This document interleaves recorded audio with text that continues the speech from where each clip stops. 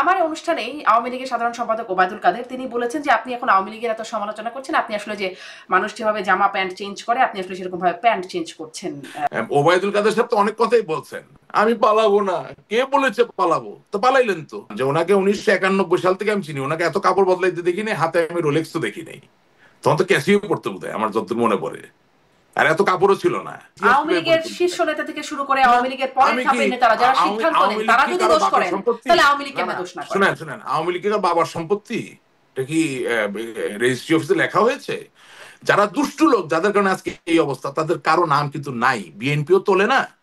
BNP তার কোন বক্তব্যে একজন বৃহৎ অর্থবাচকের নাম উচ্চারণ তো করেন না। আপনাদের আমার তো আজকে বলতে অসুবিধা নেই, আমি একজন এমপি হতে চাই, আমি রাজনীতি করতে চাই, আমি তো প্রতি সপ্তাহে একবার করে ডিজিএফের সাথে মিটিং করতাম।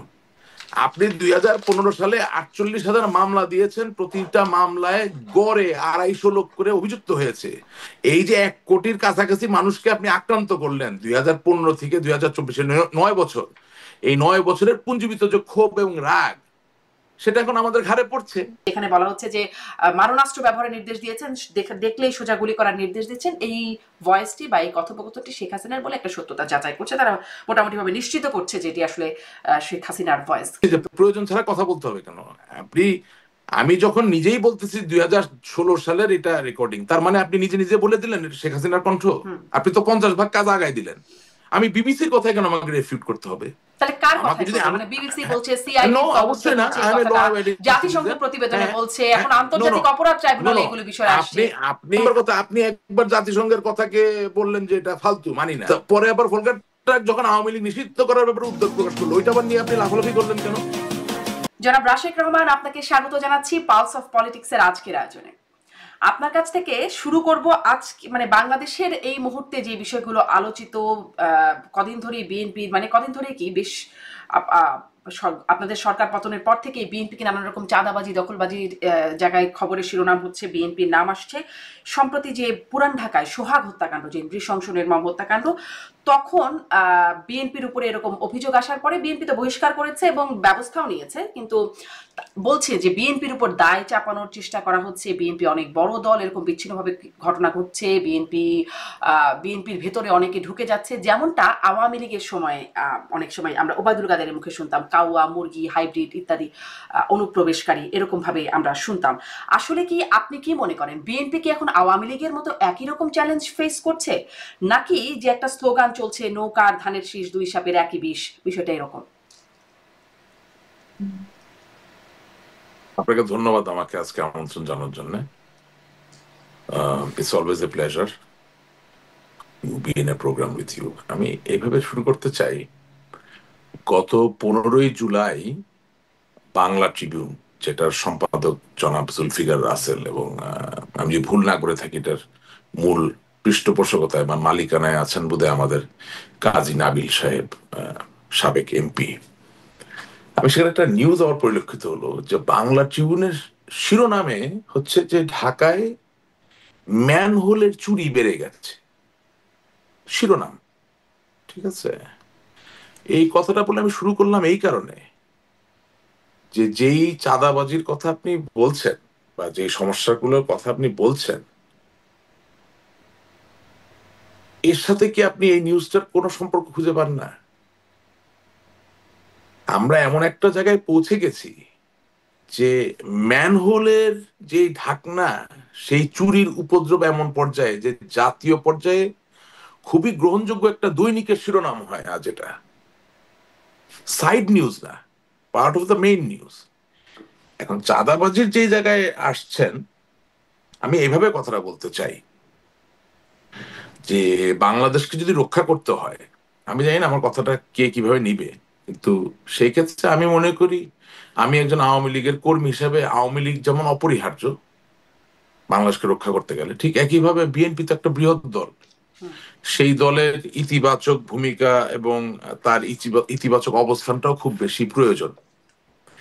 এখন বাস্তবতা হচ্ছে বাংলাদেশের মুক্তিযুদ্ধের নেতৃত্বদানকারী দল আওয়ামী লীগ, আর বিএনপিতে প্রচুর মুক্তিযোদ্ধা আছেন, কোনোটা আপনি অস্বীকার করতে পারবেন না। সেই জায়গা থেকে আজকে আপনি যদি বিএনপির দিকে তাকান, আমি মনে করি তারা একটা মহা বিব্রতকর বিড়ম্বনার জায়গায় রয়েছে। অর্থাৎ এই যে 15 বছর বিএনপি বিভিন্ন ভাবে কোণঠাসা অবস্থায় ছিল, সেটা কোণঠাসা থাকা সঠিক ছিল কি ছিল না সেই আলাপটা পরে যাব, কিন্তু মামলা মোকদ্দমা বিভিন্ন কারণে যে কোণঠাসা অবস্থায় ছিল, তাতে করে বিএনপির যারা তৃণমূল পর্যায়ে আছেন আমার মনে হয় তাদেরকে নিয়ন্ত্রণ করা খুব কঠিন হয়ে যাচ্ছে। অর্থাৎ এটা শুধুমাত্র ইনফিল্ট্রেশন ইংরেজিতে যেটা বলে, যে আওয়ামী লীগের লোক বিএনপিতে ঢুকলো বা বিএনপির লোক আওয়ামী লীগে ঢুকলো, সেখানে সমস্যাটা না। সমস্যা হচ্ছে 15 বছরে একটা লোক জমি জমা বিক্রি করে দিনের পর দিন জেল খেটে বা বাড়ি থেকে পালিয়ে থেকে শত শত মামলার আসামি হয়ে সে যখন অবশেষে আহ খুব শান্তির সাথে নিঃশ্বাস প্রশ্বাস নিতে পারে, তখন সে তো তার হারিয়ে যাওয়া যে সম্পদ বা তার হারিয়ে যাওয়া যে দাপট সেটাকে ফিরে পাওয়ার চেষ্টা করবে। এবং সেই সম্পদ এবং দাপট ফিরে পাওয়ার প্রক্রিয়ায় চাঁদাবাজিটা তো বিচ্ছিন্ন কোনো ঘটনা না। এখন জনাব তারেক জিয়া লন্ডন থেকে অনেক কিছু বলছেন, আরো অনেক কিছু বলবেন। মির্জা ফখরুল ইসলাম আলমগীর সাহেবও বলছেন, আরো অনেক কিছু বলবেন, আরো অনেক বড় বড় নেতারা বড় বড় কথা বলবেন। কিন্তু যিনি তৃণমূলের পর্যায়ে এই ঘটনাগুলা ঘটাচ্ছে তার হিসাবটা তো সহজ, আমি একদম নির্মমভাবে বলছি। তার হিসাব হচ্ছে সে এমপিও হবে না, মন্ত্রীও হবে না। তার হিসাব যে সে তার দলের পারপাস সার্ভ করতে গিয়ে সব খুইয়েছে, সুতরাং আমি এখন ছাড় দিব না, আমি এখন যতক্ষণ পারি যেভাবে পারি আমি আমার পুরনো জায়গা ফিরে পেতে চাই বা তার থেকে বেশি এগিয়ে যেতে চাই। এবং সেটার একটা অন্যতম হাতিয়ার, ইংরেজিতে বলে উইপেন, বা এটাকে একটু সভ্য ভাষায় যদি আমরা বলি বাহন মানে কনভেয়ান্স, সেটা চাঁদাবাজি। এখন সমস্যা হয়ে যাচ্ছে কোথায়? সমস্যা হচ্ছে যে আপনি পত্রপত্রিকায় যত সংঘর্ষের নিউজ দেখছেন সব কিন্তু দেখবেন বিএনপি আওয়ামী লীগ, জামাত বিএনপি আওয়ামী লীগের মধ্যে সীমিত। কিন্তু সুযোগটা নিচ্ছেন কে? এই যে বর্তমান যে সরকার, he has taken his hands of all this things. অর্থাৎ তার কথা হচ্ছে তার দৃষ্টি উপরের দিকে, ক্ষমতায়। সে নিচের দিকে ওই আপনার মিটফোর্ডের ওষুধ ব্যবসায়ীরা কি নিয়ে চাঁদাবাজি করে, গার্মেন্টস এর জুট ব্যবসায়ীরা কি নিয়ে চাঁদাবাজি করে, সেখানে দিনে দুপুরে হত্যা হলো কি হলো না, বা শ্যামলী বা মিরপুর কোনো জায়গায় হাউজিং সোসাইটির দিকে চাঁদাবাজি হচ্ছে কি হচ্ছে না, তার ভিতরে সে হাত দিবে না, কারণ তার তো কোনো সংগঠন নাই, সুতরাং কাউকে খুশি করার কোনো ব্যাপার নাই। সংগঠনের যে বিড়ম্বনার জায়গা সেটা আছে বৃহৎ দলগুলোর। তার মানে তার নেতা কর্মী তারা সংগঠনের ব্যানার অনেক সময় ইউজ করে কিছু সুযোগ সুবিধা নেওয়ার চেষ্টা করেন। তো সুযোগ সুবিধা এক জিনিস, চাঁদাবাজি আরেক জিনিস। তো সীমানা টানা তো খুব কঠিন। দেখা যায় চাঁদাবাজির দিকে চলে যাচ্ছে, এবং জেনে শুনে এই সরকার কোনো চাঁদাবাজকে কিছু বলবেন না। যার দরুন আপনার অনুষ্ঠানের মাধ্যমে বলতে চাই, যদি আমার সাথে কেউ সামনাসামনি বসে আলাপও করতে চাই, আমি একেবারে নির্মোহ গঠনমূলক যুক্তি নির্ভর আলাপ করতে রাজি আছি, যে জনাব তারেক জিয়া ঢাকায় অন গ্রাউন্ড যারা চাঁদাবাজি করছেন বিএনপির নামে তাদের উপর নিয়ন্ত্রণ হারিয়েছেন, তার কোন রকম কোনো নিয়ন্ত্রণ নাই। মির্জা আপনাদের ফখরুল সময় ইসলাম যখন আলমগীর কোনো আসলে রকম এরকম হতো নিয়ন্ত্রণ তখন নাই। কি এটা আপনাদের বেলায় প্রযোজ্য ছিল যে আসলে শীর্ষ নেতাদের নিয়ন্ত্রণ ছিল না এরকমটা বিষয়, নাকি আসলে প্রশ্রয় ছিল এটা বিষয়? উম, প্রশ্রয় ছিল, নিয়ন্ত্রণ ছিল না এমন, এটাও সত্য। আওয়ামী লীগের, আমি বারবার বলি যে আওয়ামী লীগ দল হিসেবে কোনো দোষ করেনি। আওয়ামী লীগের বহু নেতা আছেন 100-র মধ্যে 100 ভাগ সৎ, 100-তে 100 ভাগ সৎ। সে নিয়ন্ত্রণ হারিয়েছে। আর যিনি সৎ না তিনি প্রশ্রয় দিয়েছেন। আপনি এটাকে নিজেকে প্রপারলি একসাথে কত ডিফারেন্সিয়েট ভাগ দেন করতে হবে। সততায়? না, আমি প্রশ্রয় দিইনি, আপনি দেখাতে পারবেন না, ইম্পসিবল, নোবডি ক্যান শো। বরঞ্চ আমি দেখাতে পারবো এখনো একই কাজ চলছে, যে একেবারে দুর্নীতিগ্রস্ত আপনার কি বলে যে শিক্ষক পদ বিক্রি করা, দালালি করা, থানার দালাল, মিথ্যা মামলা যারা দেন, যাদের অডিও ভিজুয়াল রেকর্ডিং মানে প্রমাণও আমার কাছে আছে, তাদেরকে এখনো ভিতর থেকে প্রমোট করা হচ্ছে। কিন্তু I am not getting into that, কারণ আগে তো দলকে সংঘবদ্ধ হতে হবে, আমাদের নেতাকর্মীরা কষ্টে আছে, তাদেরকে আগে একটা ভালো জায়গায় পৌঁছতে হবে, নিরাপদ হতে হবে, তারপরে বিচার দেওয়া মানে হবে। আপনি দেখা যাক, নিজেকে আগে যেরকম বিচার নিজের হয়নি, কোনো আশা করি দুর্নীতি সামনের নাই দিনে বলে এটা সেটা বলছেন, হবে না। দেখা যাক আপনার আপনার দলের আশা কোনো করি নেতাই সামনের আপনাকে দিনে। চ্যালেঞ্জ করে কিনা, কারণ আমার অনুষ্ঠানেই আপনাদের দলের নেতারা একে অপরকে চ্যালেঞ্জের বিষয়টা না না, চ্যালেঞ্জ করবে না কেন? চ্যালেঞ্জ করতে অসুবিধা কি? এটাও তো ঘটছে। গণতন্ত্র, আমাকে যদি চ্যালেঞ্জ করে নিশ্চয়ই নিশ্চয়ই পরে করতে আবার পারে। কোনো প্রোগ্রামে আপনাকে হ্যাঁ, সেটা এখন জিজ্ঞাসা এখন করব। না, যে কোনো একটু প্রোগ্রামে এই আমাকে ঘটনাটা নিয়ে আরেকটু কথা আমাকে বলি। শুনেন, আমাকে অশ্রাব্য ভাষায় অযৌক্তিকভাবে আক্রমণ না করে কেউ যদি তথ্য দিয়ে আমাকে বলে, তাহলে অবশ্যই আমি ওর নিজেকে ডিফেন্ড করব। আর কেউ যদি সভ্যতা বভ্যতা বাদ দিয়ে বাজে ভাষায় কথা বলে, তার সাথে আমার কথা বলার রুচিই তো হবে না। সুতরাং তার কথা সত্য না মিথ্যা এটা পরের কথা। আমার অনুষ্ঠানেই আওয়ামী লীগের সাধারণ সম্পাদক ওবায়দুল কাদের তিনি বলেছেন যে আপনি এখন আওয়ামী লীগের এত সমালোচনা করছেন, আপনি আসলে যে মানুষ যেভাবে জামা প্যান্ট চেঞ্জ করে আপনি আসলে সেরকম ভাবে প্যান্ট চেঞ্জ করছেন। সেটি সম্পর্কে আপনি না, দেখেন সোশ্যাল মিডিয়ায় তো জামা প্যান্ট চেঞ্জ করার ছবি ওবায়দুল কাদের সাহেবের আছে।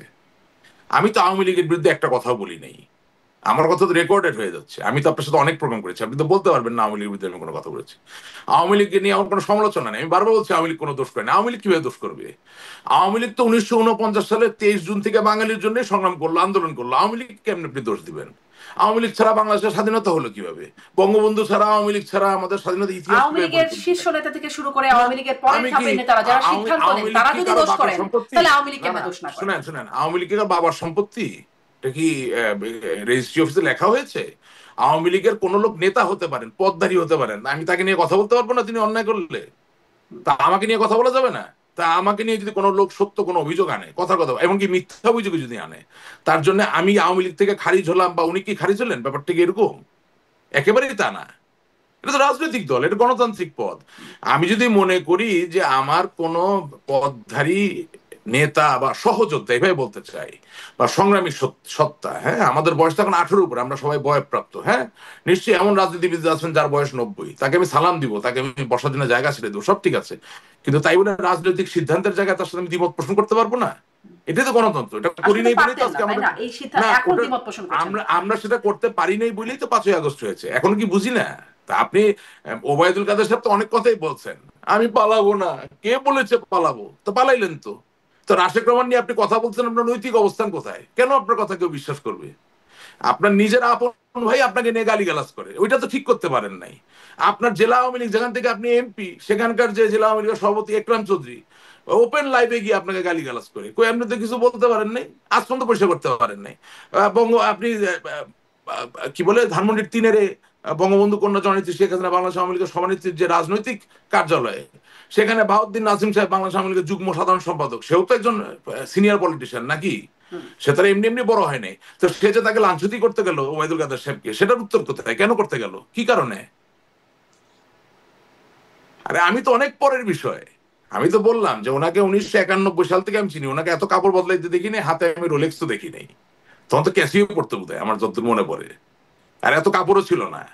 তা আপনি এখন, সেটা হোক, আমি কারো কাপড় পরা নিয়ে পরশ্রীকাতর না, আমি নিজেও ছোটবেলাতে ভালো ভালো কাপড় পরছি, অন্য পরলেও আমার ভালো লাগে, কিন্তু কথা হচ্ছে কাপড়টা কোথা থেকে আসছে সেটা দেখতে হবে তো। আর তার থেকেও বড় কথা, যিনি কবি, তিনি যদি একজন ব্যাংকারের মতো সারাদিন স্যুট পরে বেড়ায়, তাহলে তার কবি লাগবে না। যিনি সাংবাদিক, তিনি যদি সারাদিন মাইকেল জ্যাকসনের মতো চিকমিকা জ্যাকেট পরে ঘুরে বেড়ায়, তাহলে তাকে সাংবাদিক লাগবে না। সুতরাং আমার দেশের রাজনীতিতে হিউমিলিটির তো একটা ব্যাপার আছে। তো ধরেন, একটা কথার কথা বলছি, ধরেন একে খান গ্রুপ, তারাও তো রাজনীতিবিদ ছিল, একটা কথার কথা বলছি, হ্যাঁ। বা ধরেন আমাদের নসরুল হামিদ বিপু সাহেবের বাবা, উনি উনি আওয়ামী লীগের কোষাধ্যক্ষ ছিলেন, আমার বাবা আওয়ামী লীগের কোষাধ্যক্ষ আছেন, আর উনি ছিলেন বনেদি মানুষ, বহু সম্পদের মালিক। তো এখন ধরেন ওনার মতো একজন পলিটিশিয়ান দামি কাপড় পরে, কেউ কিছু মনে করবে না। কিন্তু আপনি মরমী নেতা সেজেছেন, এখন মরমী নেতা সেজে আপনি প্যাথিক ফিলিপ করে ঘুরে বেড়াচ্ছেন। তো এইটা কি আমি তুলে ধরা আমি আওয়ামী লীগের বিরুদ্ধে গেলাম? Really no, not at all, এটা হতে পারে না। জি, আমরা তাহলে তাহলে আমরা এটা এটা যদিও আমি এখন একটু অন্য প্রসঙ্গে কথা বলতে চাচ্ছিলাম, কিন্তু এটা একটু শেষ করি। তাহলে আপনি, আপনার কি মনে হয়, মানে আপনি এর আগেও অনেকভাবেই আসলে নানানভাবে সমালোচনা করেছেন, বিশেষ করে ওবায়দুল কাদেরকে না, নিয়ে আমি অনেক কথাই সমালোচনা বলেছেন। করিনি। হ্যাঁ, আমি শুধু বলেছি বাংলাদেশ আওয়ামী লীগের যেভাবেই হোক অন গ্রাউন্ড, অর্থাৎ বাংলাদেশে একজন মুখপাত্র দেওয়া দরকার। এবং আমি আপনাকে দ্ব্যর্থহীন কণ্ঠে বলতে চাচ্ছি, গ্রহণযোগ্য সম্মানী মানুষরাই আওয়ামী লীগের মুখপাত্র হওয়ার জন্য প্রস্তুত আছেন, তারা জেলে যাওয়া নিয়ে ভয় পান না, এটা দেওয়া প্রয়োজন। আমরা অনেকগুলো সুযোগ হারিয়েছি, সেই সুযোগগুলো আমরা হারাতাম না। হ্যাঁ, তাহলে আমার যে এখন প্রশ্নটা ছিল জনাব না, রাশেক রহমান, এখন প্রশ্নটা আমি আমার তো এখানে ধরেন, যে, তাহলে আপনি বলবেন, এই প্রশ্নটা একটু শুনে নেন। এই যে প্রশ্নটা হচ্ছে যে, তাহলে কেন নেত্রী ওবায়দুল কাদেরের উপরেই আস্থা রাখছেন? না এটা আমি জানি না ভাই, আমি অন্তর্যামী না। যেহেতু আমাদের এমন কোনো ফোরাম নাই, আমার জানা মতে নাই, আমরা তো অত বড় নেতা না, হয়তো বা আমরা ডাক পাই না বা আমাদের হয়তো চেনে না। এখন আমাকে যে খুব ভালো চেনে বা আমার উপরে যে খুব আস্থা আছে সেটা তো মনে হচ্ছে না, নাহলে নিশ্চয়ই জিজ্ঞেস করতেন। আমি গোপনে কয়েকটা নাম বলতাম, উনি শুনে দেখতেন করা যায় কিনা। আই নো, আমরা তো এই দেশে বড় হয়েছি, আসমান থেকে এসে পড়ি নেই। সুতরাং আমি তো আমার কথা বলছি না, আমি জানি বাংলাদেশের ভিতরে এমন লোক আছেন যারা ওই পর্যায়ের বলবেন গ্রহণযোগ্য কারা ব্যক্তি। তারা, মানে কয়েকজনের নাম না, বলবেন? আমি আপনার অনুষ্ঠানে কখনো এটা বলবো না, কখনো এটা বলবো না, part of the strategy. Awami লীগের কর্মী হিসেবে আওয়ামী লীগের নেত্রী যদি আমাকে প্রশ্ন করেন যে তুমি আমার 5টা নাম দাও, আমি অবশ্যই 5টা নাম দিব। কেন আমি 5টা নাম দিচ্ছি সেটা ওনাকে আমি বুঝাই বলার চেষ্টা করব।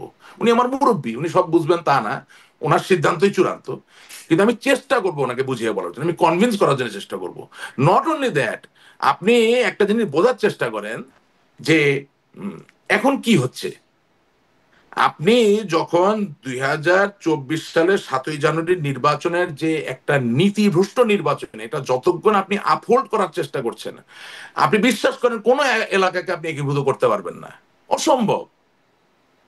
আমি তো আপনার অনুষ্ঠানে এসে সত্য কথাই বলি। আজকে ফজলে নূর তাপস ভাই, উনি ঢাকা শহরের মেয়র ছিলেন, ঠিক আছে? উনি যদি এখন 100 জন লোক নামাতে যান, আপনি কি মনে করেন যে তার যে ভিতরে ভিতরে প্রতিদ্বন্দ্বী ওই পদের জন্য ঢাকা শহরে আওয়ামী লীগের পক্ষ থেকে, সে আর 100 জন লোক নামাবে? কেউ তো ফকির না, কেউ তো গরিব না, নামলো না। আওয়ামী লীগ 3 বছর 4 বছর 5 বছর ক্ষমতায় গেল না, কারো কিছু যায় আসে না।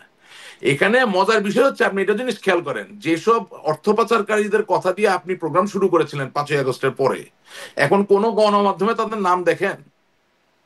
কিন্তু গণমাধ্যমে খোঁজ নিয়ে দেখবেন এই আওয়ামী লীগের নেতা কর্মীরা মাই খাচ্ছে, তারাই জেলে যাচ্ছে। কিন্তু যারা দুষ্টু লোক, যাদের কারণে আজকে এই অবস্থা, তাদের কারো নাম কিন্তু নাই। বিএনপিও তোলে না।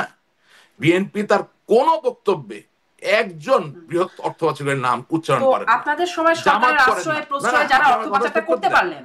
আমাকে কথা শেষ করতে দেন। আচ্ছা, জামাত উচ্চারণ করে না। নট অনলি দ্যাট, এমনকি বর্তমান যে সরকার ডক্টর ইউনূসের, সেই সরকার উচ্চারণ করেন না। তার এই যে মানে যারা যাদের আশ্রয়, মানে আপনাদের আশ্রয় প্রশ্রয় যারা অর্থ পাচারটা করতে পারলেন, তারা কি এখন দেশে যেই আওয়ামী লীগ নেতারা যাদের অবস্থা খুব খারাপ, আপনাদের কাছেও নানান রকম সেটির তথ্য না, আসে, 1 টাকাও তাদেরকে সহায়তা প্রশ্নই আসে করছেন? না। কোথা কেন তারা হেল্প করবে?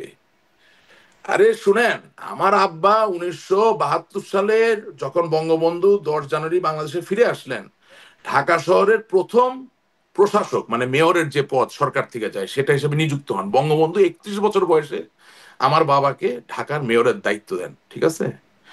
গতকালকে আমার বাবা আমাকে বলতেছেন যে, বাপ, আমি যখন মিউনিসিপাল কর্পোরেশনের প্রশাসক, ঢাকা শহরের সুইপাররা হরতালে চলে গেল, কারণ যুদ্ধ বিধ্বস্ত দেশ, বেতন নাই, টাকা নাই, তাই না?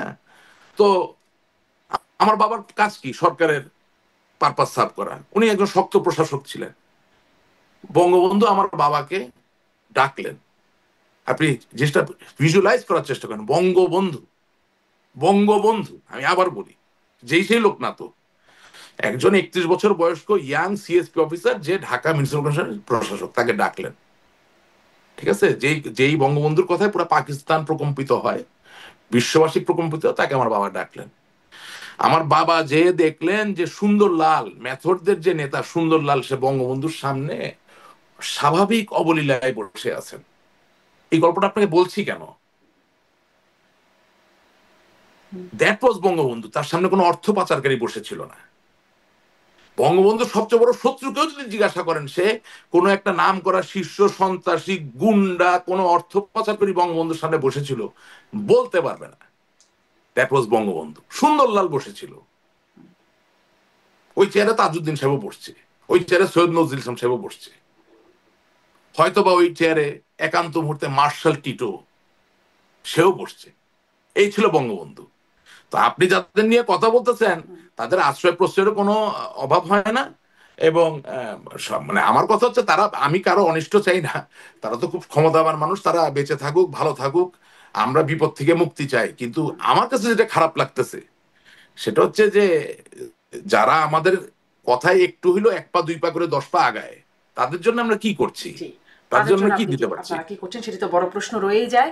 মানে বঙ্গবন্ধুর সাথে, মানে এখনকার প্রসঙ্গে বলছিলেন যে বঙ্গবন্ধুর সাথে কারা বসতেন, সাধারণ সুন্দরলাল নামটা মানুষগুলো নিয়ে মনে বসতেন। রাখবেন, সুন্দরলাল। নিশ্চয়ই সেটি। আবার বঙ্গবন্ধু বলতেন তার আশেপাশে চাটার দলও ঘুরে বেড়াতো, এটাও আবার সেই হ্যাঁ, সময়। হ্যাঁ, হ্যাঁ, চাটা তো ঘুরে বেড়াতাম। হ্যাঁ, কিন্তু আমি আপনাকে বললাম যে সেলিব্রেটেড কোন ক্রিমিনালকে বঙ্গবন্ধুর সামনে বসছেন, আপনি কোনো বইয়ে পড়ছেন নাকি? পাইছেন? বঙ্গবন্ধুর চরম শত্রু তো এটা লিখতে পারেনি। জি। আবার একটু দেখেছেন আপনি? বর্তমান প্রসঙ্গে আসি, একটু বর্তমান প্রসঙ্গে আসি যে এই যে ঘটনাটা, সোহাগ হত্যাকাণ্ডের ঘটনার পরে একটা, মানে এই প্রসঙ্গে আমি কয়েকটা প্রশ্ন আপনাকে একবারে করে ফেলি যে কিছু প্রচারণা আসছে গণমাধ্যমে, সামাজিক যোগাযোগ মাধ্যমে এই খবরগুলো আসছে যে এই ঘটনাটির পেছনে, রাশিদ রহমান, আপনি যদি শোনেন, সোহাগ হত্যাকাণ্ডের পেছনে ডিজিএফআই বা গোয়েন্দা সংস্থা জড়িত।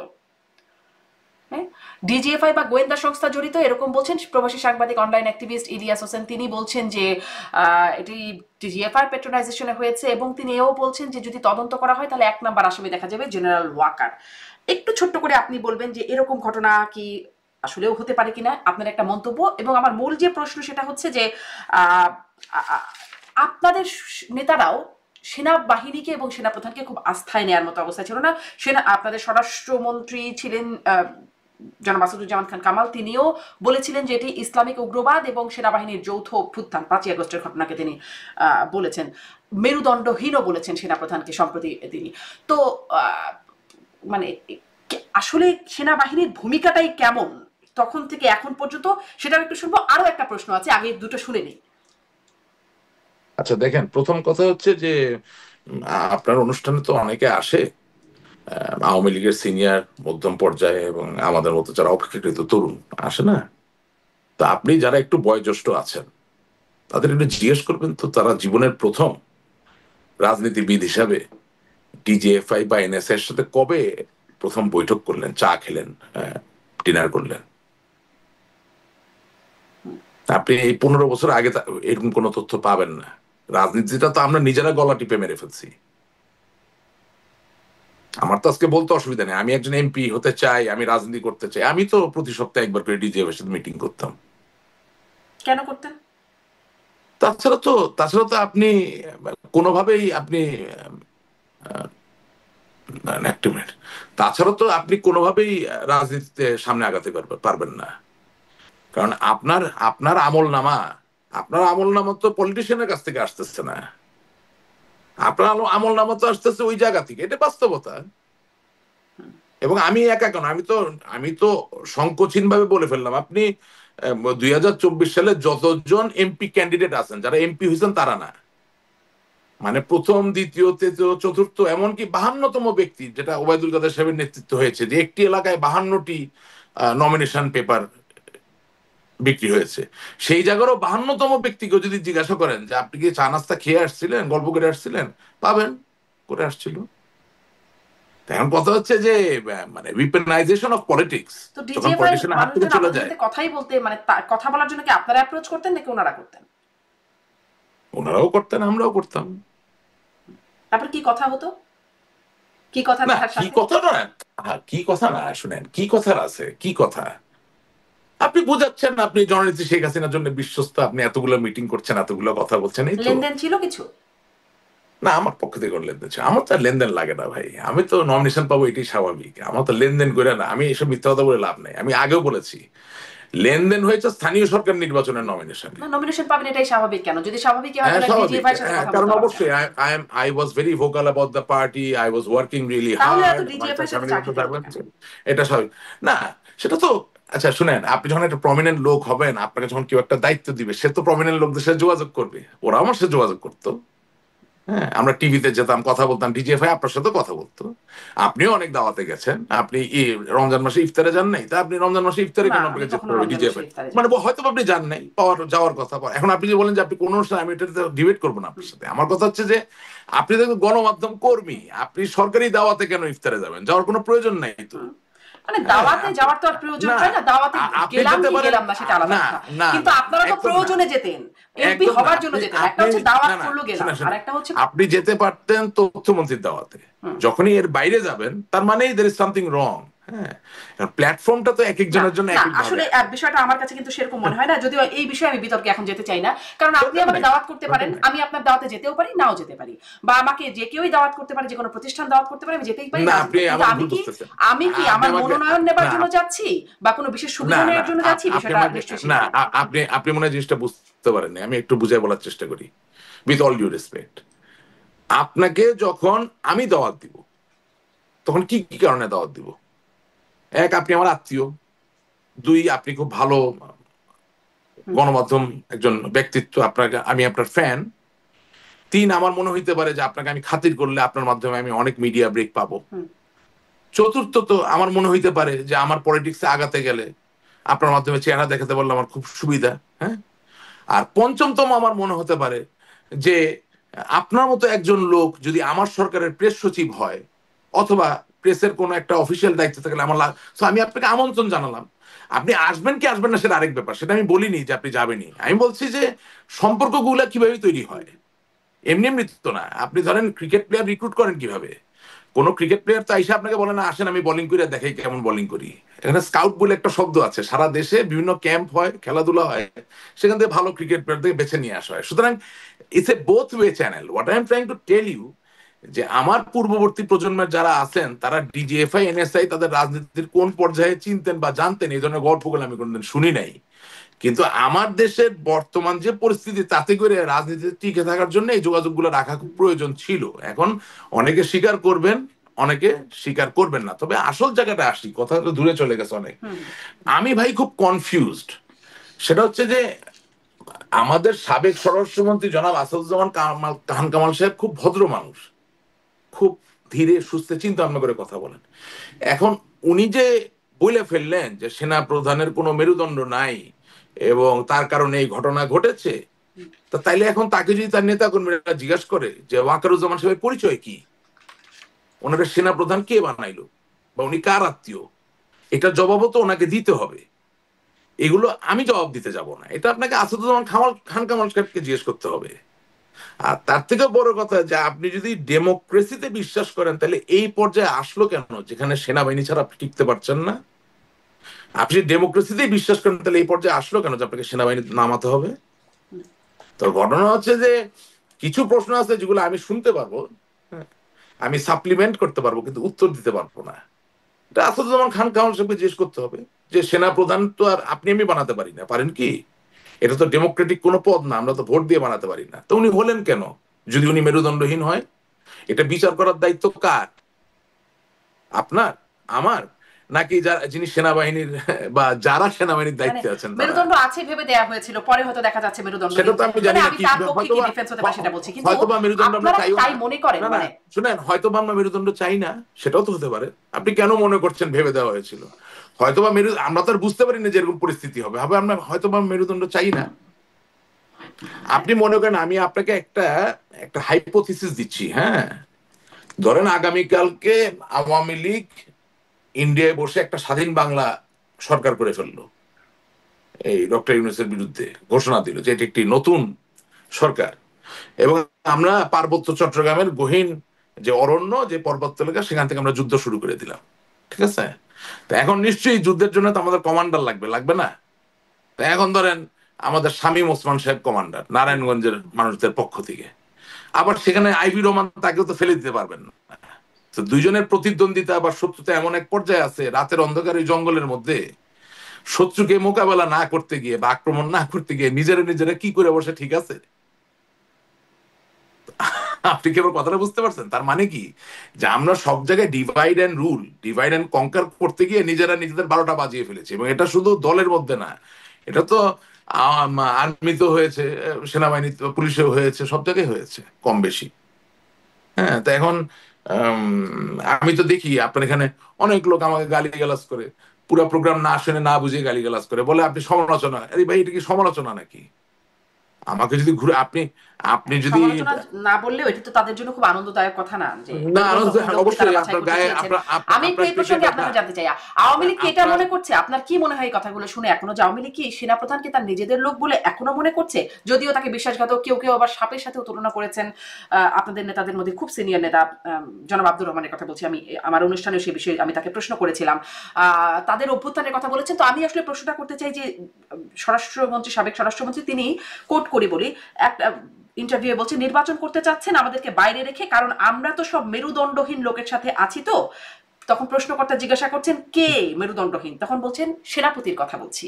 হ্যাঁ, তো এই আমাদের আমরা তো সব মেরুদণ্ড লোকের সাথে আছি, মানে আমরা বলতে কি সেনাপ্রধানকে আমরা আমাদের মানুষ হিসাবে ট্রিট করছে আওয়ামী লীগ?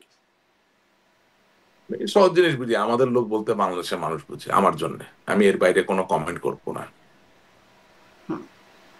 কিন্তু আপনি বাংলাদেশের মানুষ তো বাংলাদেশের, অনেক বৃহত্তর, আপনি আপনি বললেন, তার মধ্যে তো আসলে আপনি ডক্টর ইউনূসও আছে, জামাতও আছে, না বিএনপি আছে, সবাই না, আছে। হ্যাঁ থাকতে পারে। বাংলাদেশের রাজনৈতিক ইতিহাস আপনি বিশ্লেষণ করলে দেখবেন যখনই আমরা কাউকে মাইম্যান মনে করেছি সেই লোকটাই আমাদের সাথে বিশ্বাসঘাতকতা করেছে। এটা তো শুধু আওয়ামী লীগের জন্য সত্য না, আওয়ামী লীগ কি এটা এখনো তো সেনাপ্রধানকে শুনেন, মাইম্যান মনে নো করছে? নো প্লিজ প্লিজ আমি একটু বলি। বঙ্গবন্ধুর পতনের সাথে আপনি এটার বা তার হত্যাকাণ্ডের সাথে একটা সংযোগ খুঁজে পাবেন।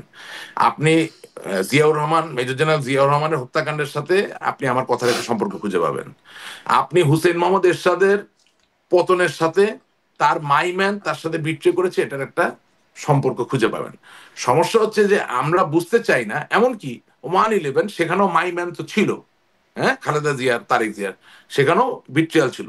ব্যাপারটা হচ্ছে আপনি ইনস্টিটিউশন বিল্ড না করে যখন মাই ম্যান খুঁজবেন, তখন প্রতিবারই আপনি প্রতারণা এবং বিশ্বাসঘাতকতার শিকার হবেন। আমরা এই শিক্ষাটা যদি নিতে পারি তাহলে হয়তো আগামী দিনে ভালো। আমি আগামী দিন নিয়ে খুব বেশি চিন্তিত। তার গতদিন মানে কি হয়েছে সেটা নিয়ে চিন্তিত বিশ্বাসঘাতকতার না। শিকার হবার পরেও কি আপনারা মাইম্যান মনে করছেন? মানে যদি তাই হয়, সেটা তো বিশ্বাসঘাতকতা। আমি বলতে পারি না, আমি তো বললাম যেগুলো ডিফারেন্ট হাইটের আচ্ছা, জিনিস না। কারণ হচ্ছে আমি ফাইলে কি পরে পদোন্নতি দিয়েছি এটা তো আমি জানি নাই, ফাইলে আমি দেখি নাই, তো এটা তো মিথ্যা বললে তো লাভ নাই। ধরেন, আপনাকে এইভাবে বলতে চাই কথাটা, যে একজন মানুষ 1971 সালে স্বাধীনতা যুদ্ধ করেছেন, তিনি আওয়ামী লীগ করলেন কি বিএনপি করলেন এটা বড় কথা না। আমি দেখবো যে উনি স্বাধীনতা যুদ্ধ, তার মানে স্বাধীনতা সপক্ষের মানুষ। তার মানে আর যাই হোক, ওনাকে যেই পদেই আপনি দেন, বিশ্বাস করা যায় যে বাংলাদেশের যারা চিরশত্রু ছিল তাদেরকে তিনি কোনো মানে অন্যায় সুযোগ বা কোনো সুবিধা দেবেন না, এই তো ঘটনা। তার মানে কি ফাইলে এটা আছে তো যে তিনি মুক্তিযুদ্ধ করেছিলেন। এখন যাকে আপনি মাইম্যান বানালেন, তারে কেন বানালেন ওই ফাইলটা তো আমার পড়ার সুযোগ হয় নাই। জি। আপনি মনে করেন, প্রধান বিচারপতি লতিফুর রহমানকে আমরা মানে we went out of our way তাকে প্রধান উপদেষ্টা করার একটা পরিস্থিতিতে নিয়ে আসার জন্য। অথচ এই প্রধান বিচারপতি লতিফুর রহমান তার জীবনে যত রায় দিয়েছে, এই রায়গুলা দেখার পরে তাকে কি কোনো অবস্থায় আপনি আসলে ওই জায়গায় নিতে পারেন? তার মানে আমরা পড়ি নাই ঠিক মতো, আমরা হুজুগের বসে কারো কথায় আমরা প্রভাবিত হয়ে করে ফেলেছি, এখনো তাই। মানে হয় কি, অর্থ সম্পদ টাকা পয়সা স্তুতি তেল এগুলাতে যখন আপনি ব্যস্ত হয়ে যাবেন, তখন তো আসলে হোমওয়ার্ক করবেন না, তখন তো মন দিয়ে বাড়ির কাজ করবেন না। মানে রিসার্চ তখন হোমওয়ার্কের বদলে আসলে তেলেই বেশি কাজ হয়েছে। অবশ্যই আপনি রিসার্চ আপনি করতে হবে না, পড়ালেখা এবারে করতে একটু হবে তো। একটু সংক্ষেপে কিছু বিষয়ে আসি। আমি একটু বিবিসির প্রতিবেদন, যেটি নিয়ে বেশ তোলপাড়, আওয়ামী লীগ বেশ প্রতিক্রিয়া জানাচ্ছে, সেটা নিয়ে একটু কথা বলবো। তবে তার আগে এই যে এই ঘটনাগুলো, চাঁদাবাজির ঘটনা যেটা নিয়ে শুরু করলাম আলোচনা, সোহাগ হত্যাকাণ্ড, তারপরে বিএনপিকে বেশ চাপের মুখে পড়তে তো হচ্ছে, বিব্রত হতে হচ্ছে। যেই রাজনীতি যারা করছে বাংলাদেশের সক্রিয় দলগুলো, তারা খুব কড়া সমালোচনা করছে। ওই যে বললাম, এরকম স্লোগানও হচ্ছে, নৌকা ধানের শেষে দু সাপের এক বিষ, আরো অশ্লীল গালিগালাজা করা হচ্ছে তারেক রহমানকে বিভিন্ন স্লোগানে। মানে আপনাদের সময়ে একটা একটা ট্রেন্ড ছিল, যারা বেশি আসলে বিএনপিকে দোষারোপ করতে পারবে তাদের মনে যেন হতো তারা কোনো পয়েন্ট পাচ্ছেন কিনা জানি না। আপনিও বিভিন্ন সময় টকশোতে মানে বেশ দোষারোপ অপদস্থ করবারও একটা বিভিন্ন রকম কিরকম কথাবার্তা বলেন, কোন বলতেনও। কোন জায়গায়? হ্যাঁ, হ্যাঁ। কিরকম বলেন, কোন কোন জায়গায় আহ, একটু এক- বলেন। মানে আপনি কি বলতেন না বিএনপিকে দোষারোপ, মানে না বিএনপির সাথে কেন আলোচনা না করতে হবে সেই বিষয়ে কথা না বলতেন? না, আমি আপনাকে হেল্প করতে চাই। হ্যাঁ। আমার জায়গা খুব পরিষ্কার ছিল যে বিএনপি যদি রাস্তায় 10,000 লোক নিয়ে রাস্তা অবরোধ করে বসে, এটার বিরোধিতা করার কোনো সুযোগ আমার নাই। কিন্তু বিএনপি যদি রাতের অন্ধকারে ফিস প্লেট, ট্রেনের রেলগাড়ির ফিস প্লেট তুলে ফেলে আর মানুষ অজান্তেই যদি মৃত্যুবরণ করে, সেটার আমি বিরুদ্ধে। আমি তো এখনো বলছি, আপনি আপনি বিএনপি তো বড় দল, আমি তো বিএনপি ছোট দল বলছি না। আপনি যদি 50,000 লোক নিয়ে ঢাকা শহর অবরোধ করে ফেলেন এবং আমাকে টেনে হেসড়েও যদি নামান, আমি কি আপনার সাথে রাগ করতে পারবো? এটা তো জনগণের ইচ্ছা, জনগণ সাথে ছিল, তাই না? কিন্তু আপনি শারমিন চৌধুরী গুলশান থেকে ধানমন্ডি যাচ্ছেন আপনার ব্যক্তিগত কাজে, আমি আপনাকে থামালাম না, জিজ্ঞাসা করলাম না যে শারমিন চৌধুরী আপনি কি বিএনপি করেন না আওয়ামী লীগ করেন, আপনি কি শেখ হাসিনাকে সমর্থন করেন নাকি করেন না, না জিজ্ঞেস করে আমি আপনার গায়ে তেল ঢেলে আগুন ধরাই দিলাম। তো এটার বিরুদ্ধে যেন আমি করবো না, করবো তো। কিন্তু বিএনপির কোন ডেমোক্রেটিক আইডিয়া, সেটার বিরুদ্ধে কি আমি কখনো কথা বলেছি? আপনি দেখাতে পারবেন? মানে অফকোর্স আমি কিসের, পক্ষেও কিছু শুনেন বলেছেন এরকম আমি দেখাতে পারতে পারবো না, আসলে শুনেন কিছুই আমার দেখাতে জায়গা পারবো খুব না। হয় কি, এটা আপনার দোষ না তো, মানে সোশ্যাল মিডিয়া এত বড় ভাবে মানে সম্প্রসারিত, এবং মিডিয়ার জগৎ এখন এমন যে আমি যখন একটা কথা বলি ওইটার পিছনে 10টা কথা লাগিয়ে ফেলাটা সহজ হয়। ওই যে আপনার অনুষ্ঠানটা একবার বলেছিলেন যে আমি তারিক, হ্যাঁ আমি জিজ্ঞেস করেছি তারিক যে সোর্স অফ ইনকাম কি। তো একজন গণতান্ত্রিক রাজনৈতিক কর্মী হিসাবে আমি তো বলি নাই তার সোর্স অফ ইনকাম নাই। আমি বলি, আমি জানতে চেয়েছি শেখ রবিউলের কাছে আপনার অনুষ্ঠানে যে ভাই, জনাব তারেক জিয়া একটা দলের প্রধান, মানে ভারপ্রাপ্ত প্রধান, তার আয়ের উৎস কি? এটা কি আপনি বলতে চান এটা বিবেক বর্জিত প্রশ্ন? না, একটা দুটো প্রশ্ন নেই না, বিভিন্ন সময় বিভিন্ন আরো বক্তব্যে। আরো বলি, আসেন আরো না, বলি। আরো আরো এই বিষয়ে আরো খুব বেশি কথা বলার দরকার নাই, কিন্তু যে তাহলে এখন যেভাবে বিএনপি চাপে পড়ছে বা বিভিন্ন সব রাজনৈতিক গুলো বিএনপি কে কোথাও কোনো একরকম চাপ নাই, দোষারোপ করছে, আপনারা ওইটাই এটা কি আপনাদের জন্য বুঝতেছেন ইতিবাচক না। হচ্ছে? কারণ এরকম ট্রেন্ড আপনাদের মধ্যে ছিল। আপনারা ওইটাই বুঝতে পারছেন না, কোথাও কোনো চাপ নাই, আপনারা ভুল রিড করতেছেন। হুম, আমি আপনাদের সঠিক করে দিতে চাই। হুম, হুম। বিএনপির যে লেয়ারটাই কাজগুলা করতেছে তারা সম্পূর্ণভাবে উপরের লেয়ার থেকে বিচ্ছিন্ন, কোথাও কোনো চাপ নাই, তারা বিচ্ছিন্ন হয়ে গেছে পুরা। তারা একটা ক্লাসিক ট্র্যাপে পড়ে গেছে। আমি তো বললাম যে ডক্টর মোহাম্মদ ইউনূস বুঝে শুনে জেনে শুনে যারা এই কাজগুলো করছে তাদেরকে কিচ্ছু বলতেছেন না। কারণ ডক্টর ইউনূসের যন্ত্রটা ছোট ছোট যন্ত্র, ওতে তেল লাগে কম। আওয়ামী লীগ বিএনপির যন্ত্র অনেক বড়, অনেক বেশি শাখা প্রশাখা। সুতরাং ওখানে চাঁদাবাজ তো চাঁদা তোলার জন্য বসে আছে। আপনি 2015 সালে 48,000 মামলা দিয়েছেন, প্রতিটা মামলায় গড়ে 250 লোক করে অভিযুক্ত হয়েছে।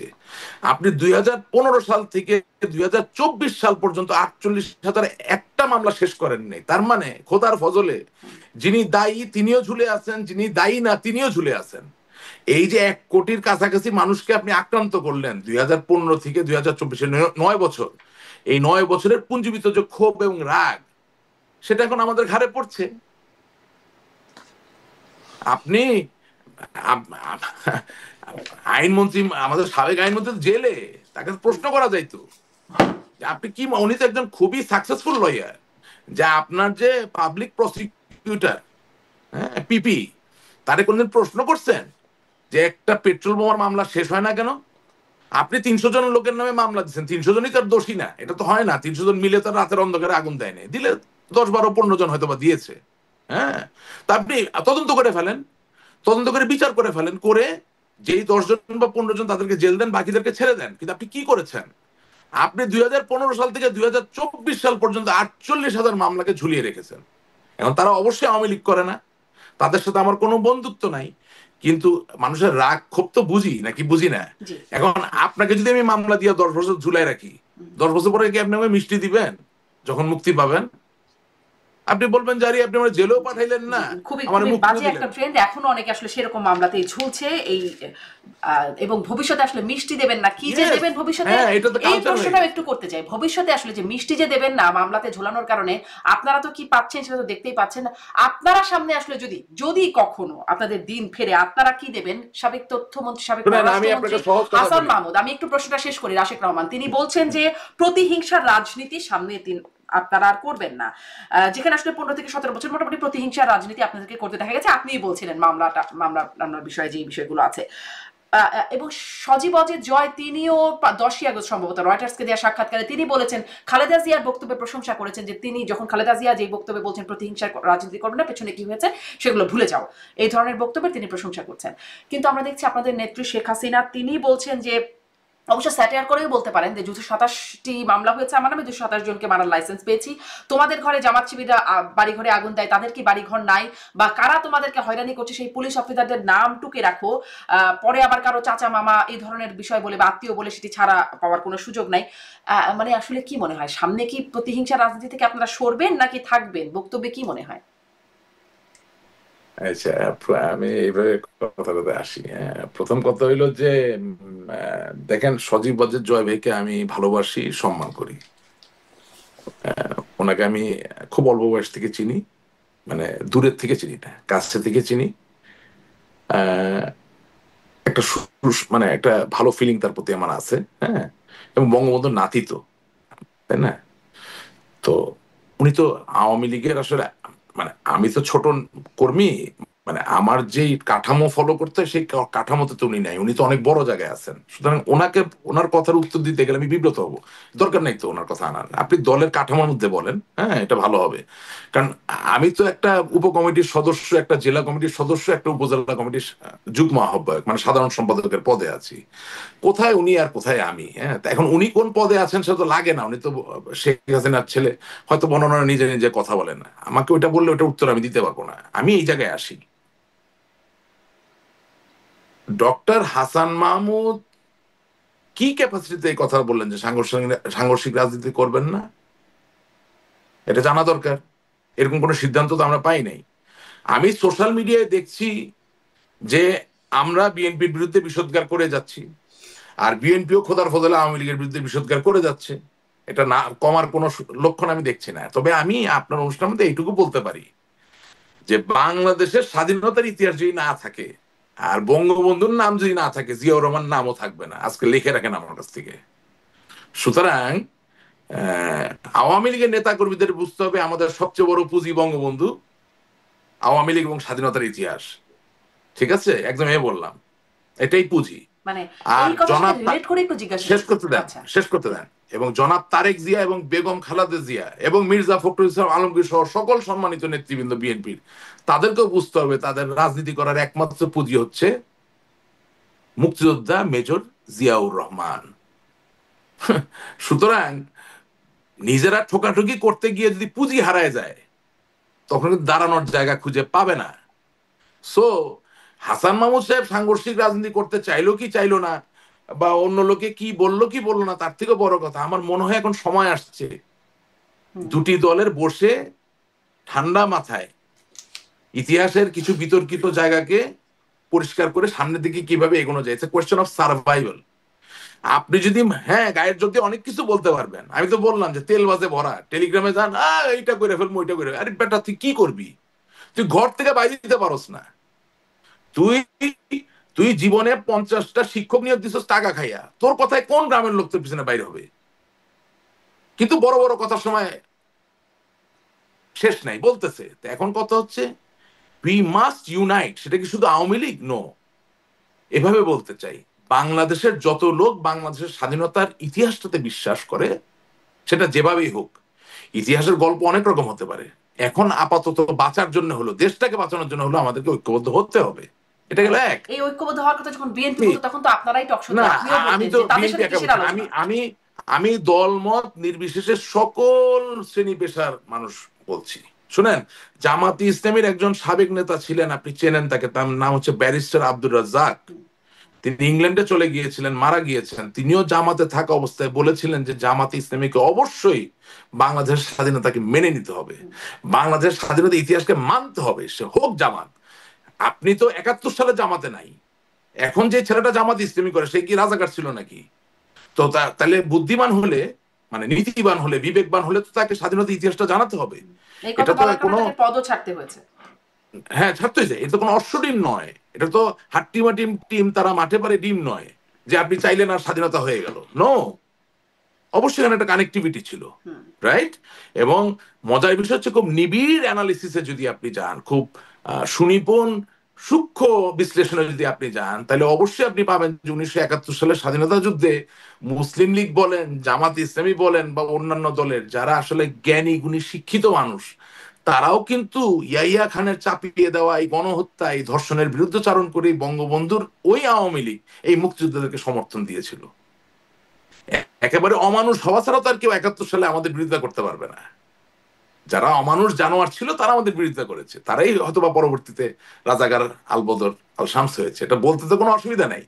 কিন্তু আপনি যদি সুযোগ না করেন, শুনেন, জেনারেল শামসু চৈনিক একজন দার্শনিক, একজন সেনাপতি, একজন সমরবিদ, হ্যাঁ, একজন সমাজ বিজ্ঞানী, নেতাও বলা যায়, একজন লেখক।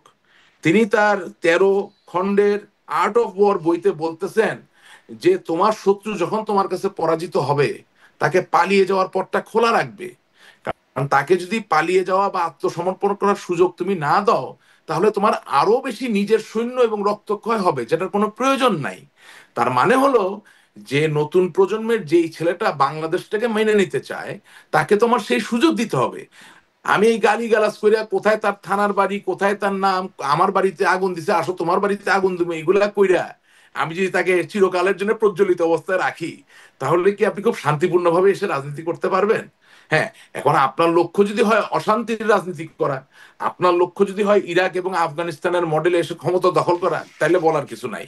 কিন্তু আমরা শান্তিপ্রিয়, অত তো আর আমি সাহসী না, অত রুস্তম সাজি নেই। সুতরাং আমি আমি আমি মনে করি যে একটা একটা রিকনসিলিয়েশনের জায়গায় কিন্তু আসতে হবে, জি আসতে হবে। জি, এবং সজীবাদের আজকে জয়ও আপনি এমনটা বলেছিলেন সেই সময়, তারপরে এবং অবশ্য খুব আগায় নিজের এবং দিকে। আপনি অনেকগুলো প্রশ্ন এখনো বাকি রয়ে গেছে জনাব রাশেদ রহমান, একটু যদি সংক্ষেপিত করি বিষয়গুলো। বিবিসির প্রতিবেদন যেটি নিয়ে কদিন ধরে খুব আপনাদের দলের মধ্যে অনেক সমালোচনা হচ্ছে, প্রতিবাদ করা হচ্ছে, যেখানে আসলে মূল যেই সমস্যার জায়গাটা যেটি আপনাদের জন্য খুব ড্যামেজিং বলে মনে হয়, সেটি হচ্ছে যে সাবেক প্রধানমন্ত্রী শেখ হাসিনা, আপনি যদি ওর কথা শুনতে পান, যে তার একটা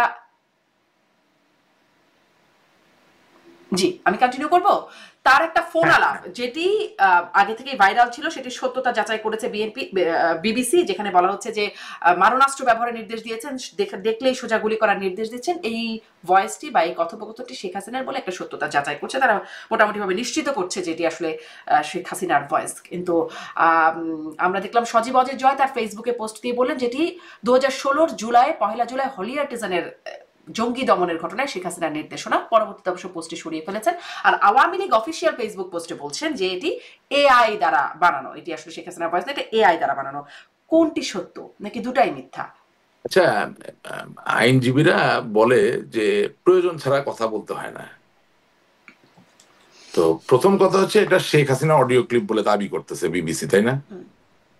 তাহলে দুটো জিনিস, একটা হচ্ছে ওনার কণ্ঠ, আরেকটা কি 2024-এর জুলাই মাসের বক্তব্য। এই দুটা পার্ট না, দুটো অংশ, তো দাবি তো দুটো।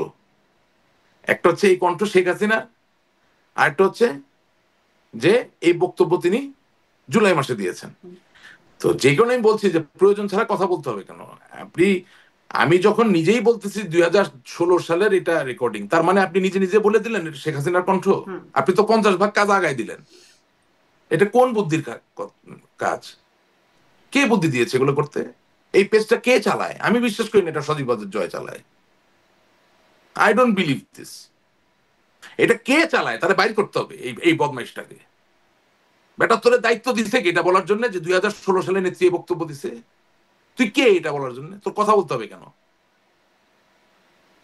এটা হলো 1 নাম্বার। আপনি কি এটাকে কি সোজা কথা মনে করতেছেন? সজীব ওয়াজেদ জয় ভাই তো আমাদের দলের একটা অন্যতম খুব গুরুত্বপূর্ণ মানুষ। উনি কোনো আনুষ্ঠানিক পদে থাকুক বা না থাকুক, এই পেজটা যে চালাচ্ছে তার পক্ষ থেকে, সে যে না বুঝে লেখলো ওখানে কথাটা, যেটা 2016 সালের শেখ হাসিনার কণ্ঠ, এটা কি তারা দায়িত্ব দিছিল কেউ বলার জন্য? তার মানে ক্লিপটা সত্য এটা বলা মানে। এখন প্রশ্ন আসে এটা জুলাই না 2016 সালে, তা আপনি কাজ আগায় দিলেন কেন? যে আপনার শত্রু তার জন্য কাজ আগিয়ে দিলেন কেন? আর আওয়ামী লীগের পেজে এটা লিখতে হবে কেন যেটা এআই নাকি? আমার মানুষের কি, আপনি কি মনে করেন যারা আওয়ামী লীগ করে তারা এটা নিয়ে চিন্তিত? আপনি আপনি কি মনে করতেছেন যে এই রেকর্ডিংটা বাইরে হয়েছে বলে আমি আজকে থেকে আওয়ামী লীগ ছেড়ে দিব? হ্যাঁ, এটা এআই না সত্য এর জন্য কি রাষ্ট্রীয় আওয়ামী লীগ করবে না? এটা এআই না সত্য এটার জন্য আপনারা হয়তো আমার করবেন, কিন্তু যারা আওয়ামী লীগের অনেক সমর্থক আছে তারা হয়তো সমর্থন বাংলাদেশে, বন্ধ করবে বা করবে না। বাংলাদেশে আপনি কি কি দেখছেন? কালে, কালের পরিক্রমণে কত সত্য বেরিয়ে আসে, কত কিছু বাড়িয়ে, পরিস্থিতি পরিবর্তন হয়, আপনাকে সবকিছু নিয়ে কথা বলতে হবে কেন? তাহলে কি করতো আওয়ামী লীগ এখানে? আরে এটা যখন আনুষ্ঠানিক ভাবে আসবে, হ্যাঁ, আমি বিবিসির কথায় কেন আমাকে রেফিউট করতে হবে? তাহলে কার আমাকে কথাই যদি করবে? মানে বিবিসি বলছে, সিআইডি নো, তদন্ত অবশ্যই না, করছে আই এম এ ল কথাটা, অ্যাবাইডিং জাতিসংঘ সিটিজেন। প্রতিবেদনে হ্যাঁ বলছে, হ্যাঁ, এখন নো নো আন্তর্জাতিক অপরাধ নো ট্রাইব্যুনালে নো, এগুলো বিষয় আসছে। আপনি আপনি আপনি জাতিসংঘের প্রতিবেদন যদি নাই মানেন, তাইলে আবার বিবিসির কথা আপনি কেন বাজ করছেন? আর 2 নাম্বার কথা, আপনি একবার জাতিসংঘের কথাকে বললেন যে এটা ফালতু, মানি না। তারপরে ওই একই ওই লোকটার নাম কি, ওই যে জাতিসংঘের মানবাধিকার বিষয়ক কমিশনারের নামটা জানি কি, ভুলে গেলাম, আপনার মনে ভলকার আছে? টার্ক। হ্যাঁ হ্যাঁ, ভলকার টার্ক। পরে আবার ভলকার টার্ক যখন আওয়ামী লীগ নিষিদ্ধ করার ব্যাপারে উদ্যোগ প্রকাশ করলো, ওইটা আবার নিয়ে আপনি লাফালাফি করলেন কেন? আপনি, আমার প্রশ্ন হচ্ছে, আপনি জাতিসংঘের যে প্রতিবেদন জননেত্রী শেখ হাসিনার বিরুদ্ধে, সেটা আপনি পরিত্যাগ করলেন, প্রত্যাখ্যান করলেন। তো ওই একই লোকের আবার আরেক বক্তব্যটা আপনি গ্রহণ করছেন কেন? আমি তো আপনার অনুষ্ঠানে এসে এই কথাগুলোই বলি যে একটা সমন্বিত নেতৃত্বের জায়গা দরকার। আপনার দেশে একজন মুখপাত্র দেওয়া দরকার, আপনার ভালো লাগুক বা না লাগুক, যেই লোকের স্মৃতিভ্রম হয় নাই, এখনো মগজটা তারুণ্য দীপ্ত, অর্থাৎ 7 দিন আগে কি বলেছে 15 দিন পরে কি বলবে এটা মাথায় সমন্বিত অবস্থা থাকে, সেই লোককে আপনাকে দলের দায়িত্ব দিতে হবে। এই মেয়াদ উত্তীর্ণ মাল দিয়ে কি আপনি আওয়ামী লীগের 4 কোটি 5 কোটি লোককে বাঁচাতে পারবেন নাকি? আপনি বাংলাদেশটাকে তো বাঁচাতে হবে। আপনি কাওয়েন গেট দুনিয়ার ওয়ান অফ দ্য মানে বেস্ট গুরাদু, এখন তা মেয়াদ তাই বলে উত্তীর্ণ মাল দিয়ে চলছে আওয়ামী লীগ। জি চলছে না কেন? না, এটা সত্য কথা। কি হয়েছে, আমার কি আছে হারানোর? আমি তো সত্য কথাই বলছি। আমি আমি যখন রাস্তা দিয়ে হাঁটবো আমার পিছনে 100 লোক পিছনে ইয়ে করবে, আমি যে হাঁটতেই না পারি, আমার যে হাঁটার শক্তি না, আমার পিছনে কে যাবে? আমি, আপনি কি 1996 সালের 15 ফেব্রুয়ারি নির্বাচনে মরহুম নাসিম সাহেবকে মুভমেন্ট করতে দেখেন নাই? আপনি কি মতিয়া চৌধুরীকে মুভমেন্ট করতে দেখেন নাই? আপনি কি 2001 সালে আপনি আমাদের আসাদুজ্জামান নূর সাহেব, সাবর হোসেন চৌধুরী সাহেবকে লাঠির বাড়ি খাইতে দেখেন নাই? আপনি কি 80 বছর 90 বছর বয়সে এগুলো পারেন? এটা কি হয়? জি, জি। এই বক্তব্যটা একদম স্পষ্ট। তাহলে ওইখানে আবার ফিরি। আপনি তাহলে আপনি আপনি কি আপনি বলবেন? আপনি মানে ওই মুসলমান একটা ভয়েস দেশের ক্লিপটা আপনি সম্পর্কে তো মানুষের এখন আপনি আগ্রহ জেগেছে। মুসলমান আপনি মুসলমান ইসলাম প্রধান একটি দেশের মানুষ হয়ে যেখানে ছোটবেলা থেকে শেখানো হয় যে আল্লাহ তাআলাও স্বয়ং তার নবী হুম, রসুলদেরকে পাঠাইছেন সবচেয়ে সুদর্শন, সবচেয়ে বুদ্ধিদীপ্ত, সবচেয়ে ক্যারিজমেটিক লোক দেখে। হুম, আপনি সেটা অনুসরণ করে সবচেয়ে ভাঙ্গাচোরা লোকগুলাকে দিয়ে আপনি চেষ্টা করতেছেন একটা গণবিপ্লব তৈরি করার জন্য। What is this? জি, জি। এই স্পষ্ট এখানে। রাশিদ রহমান, আপনি ওই ভয়েস ক্লিপ সম্পর্কে আপনার কি মনে হয়? সেটা কি আসলে কোনটি আসলে সত্য? আপনার কি মনে হয়? এটা ওই ভয়েস ক্লিপ ইমমেটেরিয়াল, অপ্রাসঙ্গিক, অপ্রাসঙ্গিক। কেন যিনি অপ্রাসঙ্গিক? সরকার প্রধান, যিনি সরকার প্রধান, তিনি যদি মনে করেন তার দেশ ও জাতিকে রক্ষা করা প্রয়োজন, তিনি অনেক সিদ্ধান্ত দিতে পারেন। এটা অপ্রাসঙ্গিক এই আলাপের এখানে। উনি কোনো প্রসিজারে ভুল করছেন কিনা, উনি আপনার প্রতি ব্যক্তিগতভাবে শত্রু ভাবাপন্ন জায়গা থেকে আপনাকে আক্রান্ত করার চেষ্টা করছেন, কিছু অনেক কিছুই বিচার করার ব্যাপার আছে। হ্যাঁ, জিনিসটা তো সোজা না। আমি দেখছিলাম জনাব রাশিদ রহমান, সাবেক শিক্ষামন্ত্রী নওফেল, জনাব নওফেল, তিনিও এরকমটা বলছিলেন যে প্রয়োজনে এরকম সিদ্ধান্ত দিতে শুনেন, হতে পারে। আমেরিকায় একটা বাচ্চাকে গায়ে হাত দেওয়া কি it's a crime, hmm, correct? আচ্ছা, তো এখন ধরেন রাগের বসায় বলে ফেললেন, একটা বাচ্চা মানে একটা বাপ মা বলে ফেললো রাগের মাথায় যে এই চুপ করে না, থাপড়ে দাঁত ফেলে দিব। তা কি দাঁত ফালানোর যে শাস্তি হয় ওইটা দিবেন নাকি? এখন কোন প্রেক্ষাপটে কি বলছেন এটা পুরো জিনিসটা না জেনে আপনি এটা নিয়ে কমেন্ট করবেন কেন? আমার তো বক্তব্য ওইটাই যে আওয়ামী লীগের অফিসিয়াল বক্তব্য হওয়া উচিত জননেত্রী শেখ হাসিনার সম্পূর্ণ বক্তব্যকে আপনি খণ্ডিত উপায়ে ইয়ে করে আপনি এটা দিয়ে কি, এটা মেটেরিয়াল, তার এটা মানে আপনি পৃথিবীর কোন বলছেন যেটি কোন আসলে আইনে আপনি তারই এটা কাজে বক্তব্য, লাগাবেন? কিন্তু বক্তব্যটা খণ্ডিত। সেটা তো আমি জানি না, আমি তো বলছি না। তার বক্তব্য আপনি বলতেছেন সজীব ওয়াজেদ জয়ের পেজে বলছে, আমি তো কিছু বলি নাই। আপনি বলতেছেন, আমি তো হুম, বলতেছি না। মানে কিন্তু আপনি কি বলছেন সেটাই তো জানতে চাইছি যে আমার জন্য এটা অপ্রাসঙ্গিক, আমি তো বললাম ইট ইজ ইমমেটেরিয়াল। কারণ কি, এভিডেন্স অ্যাক্টে বাংলাদেশের যে বিরাজমান এভিডেন্স অ্যাক্ট, মার্কিন যুক্তরাষ্ট্রের যে এভিডেন্স অ্যাক্ট, যুক্তরাজ্যের যে এভিডেন্স অ্যাক্ট, এতে আপনি এভিডেন্স প্লেসই করতে পারবেন না। এভিডেন্স কারণ আদালতের ঘাড়ে জি, কতটুকু দিতে নো পারবেন নো, দিতে আমি পারবেন না, আমি সেটি তো আদালতকে নিয়ে পারসেপশন চিন্তিত কি ক্রিয়েট হচ্ছে না। সেটি। রাজনীতিতে পারসেপশন, পারসেপশন ম্যাটার নাকি করে আপনারা বলেন? আপনাকে আগে চুজ করতে হবে আমার কাছে কোনটা শুনতে চান, পারসেপশন না ল। You choose. হ্যাঁ, আপনি আপনি আইনজীবী না, আমিও এখানে আদালত বসাইনি, অতএব আপনাকে রাজনীতির আচ্ছা, হ্যাঁ, পারসেপশনটাই শুনতে হবে। পারসেপশন হচ্ছে আমি আপনাকে বললাম এটাতে পুরোপুরি অপ্রাসঙ্গিক। এতে শেখ হাসিনার ব্যাপারে যাদের কনফিডেন্স আছে কিছুই পরিবর্তন হবে না, হুম। হয়ও নাই হবেও না। এই তো, এটা পারসেপশন। আর আইনের কথা যদি জিজ্ঞেস করেন, এটা এটা কোন সুস্থ মানুষের, সভ্য মানুষের আদালতে আপনি কিন্তু অ্যাডমিটই করতে কিন্তু পারবেন না। কিন্তু শেখ হাসিনার ব্যাপারে পারসেপশন চেঞ্জ হবে না। কিন্তু যখন এটি একবার 16 সালের বক্তব্য বলা হচ্ছে, একবার এআই দিয়ে বানানো বলা হচ্ছে, আবার আপনাদের মধ্যে কেউ কেউ এরকমটা বলতে চাচ্ছেন এতে কিনা ক্ষতি জানি না, হচ্ছে, যেটা একটা এতে খণ্ডিত ক্ষতি হচ্ছে। বক্তব্য। হ্যাঁ, এটা এটা একটা খণ্ডিত বক্তব্য, মানে অনেক রকমের বক্তব্য আসছে। তাহলে আসলে তখন আসলে কি মনে হচ্ছে যে আপনারা লেজে গোবরে করছেন কিনা? এক একজন এক এক সময় এক এক কথা বলার কারণেই এগুলো ক্ষতির কারণ হবে। আমি মনে করি অবশ্যই আপনি বক্তব্য দিবেন একটা জায়গায় বসে সমন্বিতভাবে 10টা মাথা মিলিয়ে, যেটা সবচেয়ে কারেক্ট বক্তব্য সেটা আমাদেরকে দিতে হবে। সেটার অভাব, এটাই বলছি, আর কিছু না। জি। মানে এখন কি আসলে যখন এত কিছু হয়ে গেছে, শেখ হাসিনা তো কথা বলছেন, বিভিন্ন সময় ভার্চুয়াল বক্তব্য দিচ্ছেন নেতাকর্মী, মানে তিনি কি এই বিষয়টি? হিরোশিমা নাগাসাকিতে হ্যাঁ, কি বলে যে আপনার ম্যানহাটন প্রজেক্টের আন্ডারে আপনার তো দুটো পারমাণবিক বোমা নিক্ষেপ করা হয়েছিল, হয়েছিল না? হুম, হুম, তো হিরোশিমা নাগাসাকিতে যারা মৃত্যুবরণ করেছেন বা চিরকালের জন্য পঙ্গু, আহত এবং মানে খুব বিভৎস জীবনের অধিকারী হয়েছেন, তাদের 99.999999 ভাগ লোকও তো মার্কিন যুক্তরাষ্ট্রের বিরুদ্ধে অস্ত্র তুলে ধরে নাই, কিন্তু তারা নির্বিচারে হত্যা এবং আক্রমণের শিকার তো হয়েছেন। তো আপনি কি কি বলে হ্যারি এস ট্রুম্যানকে কি আপনি ইয়ে করতে পারছেন, সাজা দিতে পারছেন? তো ঘটনা হচ্ছে যে পুরা ঘটনার প্রেক্ষাপট পুরাটাকে বিশ্লেষণ না করে কোথার থেকে কোন একটা অডিও রেকর্ডিং কাইটা নিয়ে আসছেন, কে দিছে আপনাকে অডিও রেকর্ডিংটা, কোথার থেকে পাইছেন, কোনো কিছু বিশ্লেষণ না করে না বলে নিয়ে আসে, এটাতে কি হবে? এতে কি হবে? হচ্ছে তো ওজে অনেক কিছু, আপনারা সিমসন, অনেক ওজে প্রতিক্রিয়া দিচ্ছেন ওজে তো। ওজে সিমসন নামে মার্কিন যুক্তরাষ্ট্রে খুব নাম করে একজন ফুটবল প্লেয়ার ছিলেন, আছেন, আপনি জানেন, ওজে হুম, সিমসন। তার নামে অভিযোগ উঠলো যে সে তার স্ত্রীকে হত্যা করেছে। ঠিক আছে, পুলিশ যে দেখে যে স্ত্রী রক্তাক্ত অবস্থায় পড়ে আছেন, আর যেটা দিয়ে ছুরি দিয়ে স্ট্যাব সব পড়ে আছে, সব ঠিক আছে।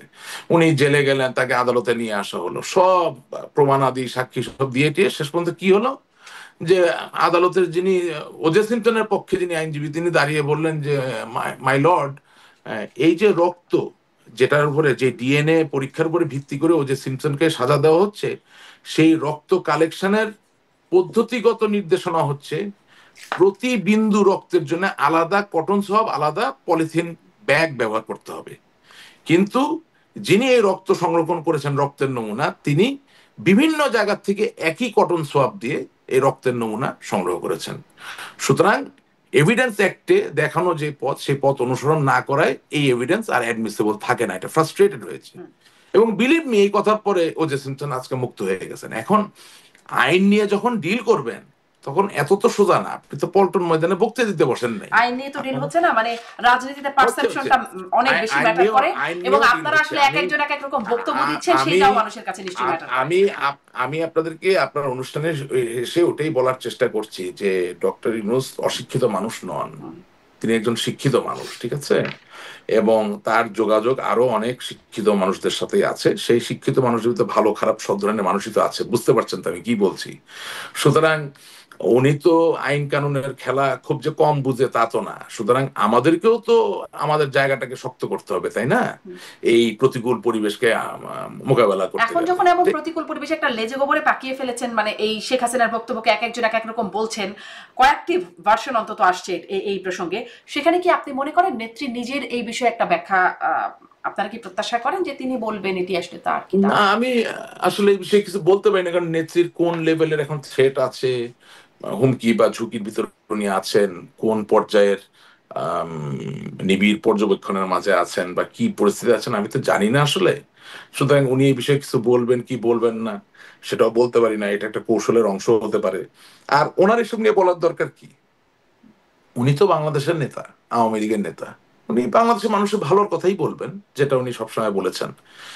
এটা নিয়ে কেন ওনাকে সময় নষ্ট করতে হবে? জি, আপনি মনে করছেন এটা নিয়ে আসলে সময় নষ্ট করা? না, ওনাকে তো বলতে হবে না। ওনাকে কেন বলতে হবে আমি তো বুঝতে পারছি না, বলার তো কোনো কারণ নেই। আচ্ছা, আপনি মনে করছেন এটা ওনাকে ওনার বলবার প্রয়োজন নেই? ওনার এত বড় দল আছে, ওনার এত বড় দল কেন? এখন ধরেন এখন আওয়ামী এত লীগ বড় দল থেকে তো এক একজন এক এক কথা বলছেন। না, সেটা তো আমরা বলতেছি। সেটাই আপনি বলেন যে নেত্রীর কাছে আপনি আহ্বান অনুরোধ জানান যে আপনি এটাকে একীভূত করে দেন। কারণ যিনি যিনি আওয়ামী লীগের সংস্কৃতি বিষয়ক সম্পাদক, উনি নাচ গান নাটক, সংস্কৃতি চর্চার বাইরে গিয়ে যদি এখন উনি যে শিল্প বাণিজ্য নিয়ে কথা বলা শুরু করেন তাহলে অসুবিধা। এটা পয়েন্ট আউট করতে হবে। হ্যাঁ, তো সেজন্যই তো আপনি আমাদেরকে ডাকছেন। আর আমাদের যদি ওইভাবে ঘরোয়া কোনো আনুষ্ঠানিক ফোরাম থাকতো যেখানে আমরা কনস্ট্রাকটিভ ভাবে আমাদের মতামত দিতে পারি, তাইলে তো আর কোনো প্রশ্ন ছিল না। প্রশ্ন হচ্ছে সেটা তো নাই। এখানে যেটা হচ্ছে কিছু কিছু আপনাদের কি কোনো টেলিগ্রাম। মুখপাত্র আছে? মানে বিবিসিও বলছে না, আপনাদের মুখপাত্রের সাথে কথা বলছে, আছে কি? না, মুখপাত্র তো আওয়ামী লীগ যখন সরকারে ছিল তখনও ছিল না। সর্বশেষ মুখপাত্র তো ছিলেন সাবির হোসেন চৌধুরী সাহেব। তারপর তার কাউকে রাজনৈতিক মুখপাত্র হিসেবে অ্যাপয়েন্টমেন্টই দেওয়া হয় নাই। কদিন আগে অবশ্য ফেসবুকে মোহাম্মদ আরাফাতকে মুখপাত্র হিসেবে দেখা গেছিল। এখন সেটা তো ফেসবুকে অনেক কিছু লেখা হয়। আমরা তো আওয়ামী লীগ থেকে কোনো চিঠি পাইনি। আমরা চিঠি পাইলে উনি মুখপাত্র হবেন। মোহাম্মদ আরাফাত কেন? আপনিও হইতে পারেন, অনেকেই হইতে পারে। আমি হইতে পারে। আমি তো বটেই না, আমি তো না বটেই। একটু আরেকটা প্রসঙ্গে একটু আরেকটা প্রসঙ্গে একটু ছোট করে কথা বলি যে এই যে এখন মানে নির্বাচন কবে সেটা নিয়ে একটা বড় প্রশ্নের জায়গা। রাশিদ রহমান, আপনি মনে হয় কারোর সাথে কথা বলছেন? সরি, আমাদের ফ্লাইট আছে তো একটু পরে। আচ্ছা, তাহলে আমরা শেষ করে ফেলি। আমি একটা নির্বাচনের প্রসঙ্গে একটু এইটা জানতে চাইবো যে এই প্রশ্নটা আপনার কাছে আমি আগেও করেছি যে নির্বাচন কবে হবে। নির্বাচন যদি ধরেন 26-এ হয়, আওয়ামী লীগ তো রাজনীতি এখন নিষিদ্ধ হয়ে আছে, তারা মানে রাজনৈতিক কর্মকাণ্ড করতে পারছে না। সেতে নির্বাচন হলে সামনে আসলে অনেক দিনের একটা ব্যাপার আওয়ামী লীগকে আবার সামনে নির্বাচন করার ক্ষেত্রে। আপনাদের কি কোনো সামনে ভবিষ্যতে কে মানে শেখ হাসিনাই কন্টিনিউ করবেন নাকি ভবিষ্যতে আরো কেউ নেতৃত্বে আসবে, এরকম কোনো পরিকল্পনা? কেন 1996 সালের 15 ফেব্রুয়ারি বেগম খালেদা জিয়া বিএনপি তো নির্বাচন করেছিল, তো 1 মাসের মাথায় তো পদত্যাগ করতে হয়েছে। কেন? নির্বাচন হলে বহুদিন মানে। আমরা তো 2024 সালের 7ই জানুয়ারি একেবারে নিরঙ্কুশ সংখ্যাগরিষ্ঠতা সংসদের এই পার ও পার সবাই নিয়ে এক পার করে তো একটা আসো কি আসো খেলাধুলা করি। হ্যাঁ, আমরা তো একটা সংসদ গঠন করলাম। কই, আমরা তো 5 বছর পার করতে পারি নাই। তো কথা হচ্ছে কেন আপনি এটা বলতেছেন যে নির্বাচন হইলে আবার বহুদিনের ব্যাপার? আপনি জনগণকে যদি সংগঠিত করতে পারেন, যেই জুলাই আগস্টের স্বপ্ন দেখিয়ে বাংলাদেশের বর্তমানের এই পরিস্থিতি, সেই জায়গায় যদি আপনি আবার নিজেকে শক্তভাবে দাঁড়া করাতে পারেন যে আপনাদের ছাড়া বাংলাদেশের মানুষ ভালো হবে না, তাহলে অবশ্যই বাংলাদেশের মানুষ আপনাদের পেছনে থাকবে এবং আপনি আগে ভাগেই হয়তো রাজনীতি করার সুযোগ পাবেন। মানে নির্বাচনটা এত মুখ্য কেন শোনেন, পলিটিক্সের নির্বাচন তো একটা it's a way to participate in a democratic process. But is it the only way to participate in a democratic process? Not only that. No, no, no, not at all. কোনোদিনও না। Democracy comes in many forms. Democracy তো there are so many ways of participation. আপনার কি মনে হয় সামনে আসলে কবে আপনারা নির্বাচন করতে পারবেন, আওয়ামী লীগ নির্বাচন করতে পারবে? কত দিন বা কত সময়, কত বছরের মধ্যে, কি মনে হয়? আমি মনে করি যেটা আপনাকে বললাম যে আপনাকে বলতে দিলে বলতে পারি। বলেন।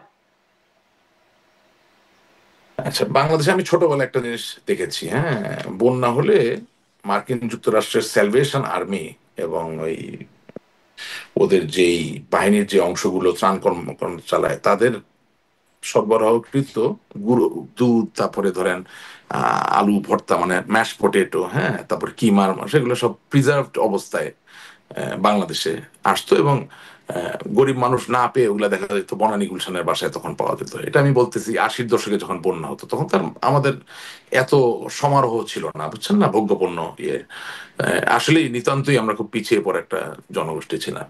তো তখন দেখা যেত যে এই টিনের কোটা যেটার ভিতরে ধরেন ম্যাশ পটেটো এবং কিমার মাংস ছিল, এটা যদি আপনি কিনতে যাইতেন, এটা যদি মেয়াদের মধ্যে থাকতো, তাহলে এটার দাম ধরেন তারা নিত, কথার কথা বলছে, ভুল হতে পারে, অনেকদিন আগের কথা, তো 200 টাকা। তো ধরেন মেয়াদ মেয়াদ উত্তীর্ণ হওয়ার কথা ডিসেম্বরের, মানে 1989 সালের ডিসেম্বরে হওয়ার কথা মেয়াদ উত্তীর্ণ, তো আপনি এটা জানুয়ারি মাসে পেলেন। তো তখন আমি আমি দোকানের নাম বলবো না, তারা বলতো যে আমেরিকান জিনিস তো 1 মাস ডেট পার হলে কিছু হয় না, খাওয়া যায়, তো এটা 200 টাকা লাগবে না, 120 টাকা 30 টাকা দেন তাহলেই হবে। তার মানে মেয়াদের সাথে দাম, এটা একটা সম্পর্ক আছে, ঠিক আছে না? তো আপনি যখন সদ্য বিশ্ববিদ্যালয় শেষ করে বেরিয়ে আসা একজন তরুণ হবেন, তখন বিয়ের প্রস্তাব অনেক বেশি আসবে। আর যখন আপনি একেবারে নুবজে পড়া টুথব্রাশের মতো আপনার বয়স যখন 70 বা 75 হবে, তখন আপনি সিঙ্গেলও হন, হয়তো বা সারাদিন অরণ্যে হারিকেন নিয়ে ঘুরলেও আপনি বিবাহ করার মতো কাউকে খুঁজে পাবেন না, হয়তো বা পাবেন না, যদি না অন্য কোনো এক্সট্রাঅর্ডিনারি সিচুয়েশন না থাকে। তো এটা বলছি এই কারণে যে মেয়াদটা খুব ইম্পর্টেন্ট। মেয়াদের ভেতরে থাকা মানুষরা যদি এখন সংঘবদ্ধ হয়, তাহলে খুব অল্প সময়ে আপনি নির্বাচন শুধু না, বাংলাদেশের মানুষের ভাগ্য পরিবর্তনের ক্ষেত্রে আবারও ইতিবাচক ভূমিকা পালন করতে পারবেন। আর আপনি যদি এই ফর্মুলায় বিশ্বাস করে বসে থাকেন যে সময়ই মানে টাইম ইজ দ্য বেস্ট ছিলেন, মানে সময়ই সবচেয়ে বড় ঔষধ, অর্থাৎ আহ, ইউনূস সরকার অজনপ্রিয় হবে, বিএনপি অজনপ্রিয় হবে, জামাত অজনপ্রিয় হবে, তারপরে আমি আসব, তাহলে এখন যে বিপদ ওই তখনও ওই একই বিপদই থাকবে। আপনি কি মনে করেন আপনাদের এই সঠিক সিদ্ধান্ত নেওয়ার বা যুগোপযোগী সিদ্ধান্ত নেওয়ার, সময়ের সিদ্ধান্ত নেওয়ার মেয়াদটা কতদিন? না, রাজনীতিতে বাধা ধরা মেয়াদের কিছু নাই, যত আগে নেবেন তত ভালো। আচ্ছা, আপনি তবে যদি একটা এখন জিনিস আপনি একটা যদি জিনিস এখন নিজে তবে আওয়ামী লীগের। একটা জিনিস তবে একটা জিনিস মনে রাখতে হবে যে বাংলাদেশের জনসংখ্যা বৃদ্ধির হার খুবই উঁচু উঁচু, হ্যাঁ।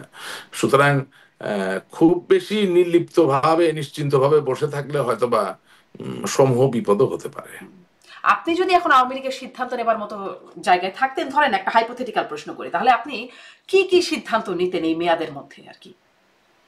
আপনাকে তো প্রথমে বললাম, প্রথম সিদ্ধান্ত আমি তো নিতাম না। আমি যদি ওই অবস্থানে থাকতাম যেখানে আমাকে জিজ্ঞাসা করা হচ্ছে যে আপনার মতামত কি বা আপনার একটা বিনয়ের সাথে বলি মানে পরামর্শ কি, তাহলে আমি বলতাম যে আপনি আমাদেরকে একটা মুখপাত্র দেন, তাকে অ্যারেস্ট করুক। আমরা একটা মুখপাত্র দেই যে অ্যারেস্ট হতে চায়, যার ওই সাহস আছে। হ্যাঁ, আমার আমার নাম মাথাতে কিছু নাম আছে, বুঝলেন, আই নো কোথায় কটটুক কি হতে পারে, আপনি দেন। হুম।